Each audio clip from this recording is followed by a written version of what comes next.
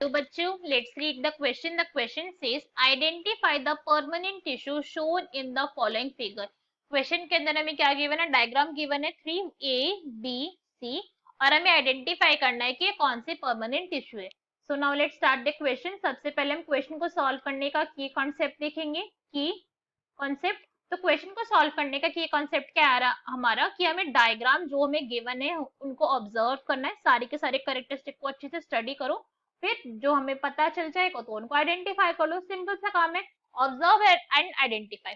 तो ए से स्टार्ट करते हैं। अगर हम ए वाले डायग्राम को देखें ध्यान से तो इसकी वॉल कैसी है, थिन प्राइमरी वॉल है। जो वॉल है यहाँ पे कैसी है, थिन वॉल है। ठीक है, तो थिन वॉल हमें एक पॉइंट पता चला। अगर आप बाकी वालों से कंपेयर करो इन सबकी वॉल को, यहाँ पे देख सकते हैं कि यहाँ पे किसी भी टाइप का डिपोजिशन नहीं है।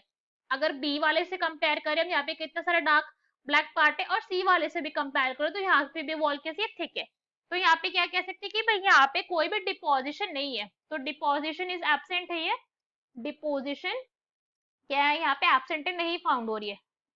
नेक्स्ट अगर हम बात करें यहाँ पे जो इंट्रासेल्युलर स्पेसेस है, ये वाले जो स्पेसेस है टू सेल के बीच के अंदर ये प्रेजेंट है, तो यहाँ पे क्या है भाई, इंट्रासेल्युलर स्पेस भी प्रेजेंट है।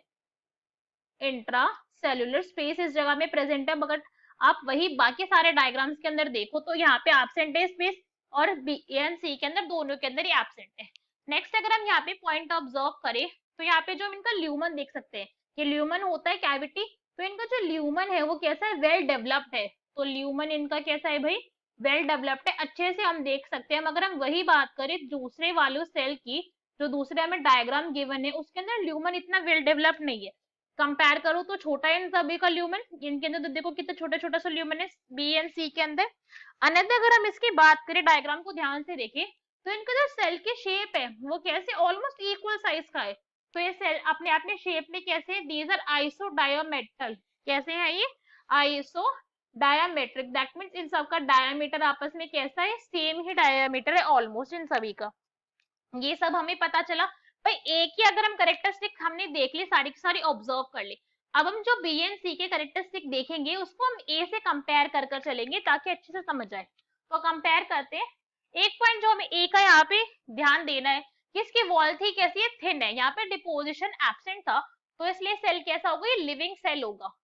कैसा होगा, ये लिविंग होगा, बिकॉज इसकी वॉल के ऊपर कोई डिपोजिशन प्रेजेंट नहीं है, तो ये सेल अपने आप में लिविंग भी होगा, फोटोसिंथेसिस भी करेगा इस रीजन की वजह से। बिकॉज यहाँ की सेल जो सेल है वो कैसी है, थिक नहीं हो चुकी है, तो फोटोसिंथेसिस ये आराम से कर सकते हैं। बी के अंदर हम देखें तो वॉल कैसे, काफी ज्यादा थिक वॉल है, काफी ज्यादा थिक वॉल है ये। सी अगर सी से कंपेयर करें तो बी की वॉल जो वो ज्यादा थिक है।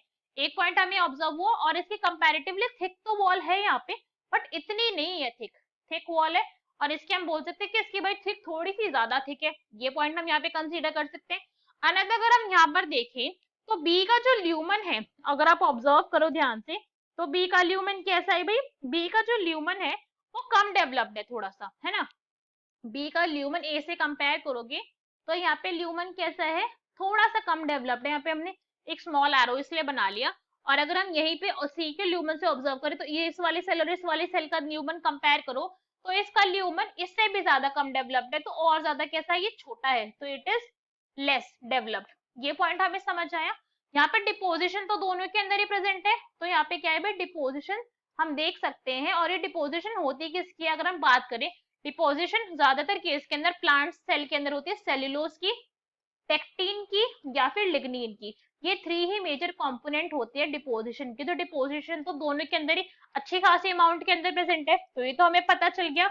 नेक्स्ट अगर हम यहाँ पर देखें तो हमें जो एक पॉइंट दिख रहा है सी के अंदर, यहाँ पे पॉइंटेड एंड वॉल है। कैसी है, जो वॉल है वो सारी की सारी पॉइंटेड है, मतलब एक सेल दूसरे सेल से यहाँ पे सेपरेटेड है, तो यहाँ पे कैसे सेपरेटेड वॉल प्रेजेंट है, सेपरेटेड सेल वॉल।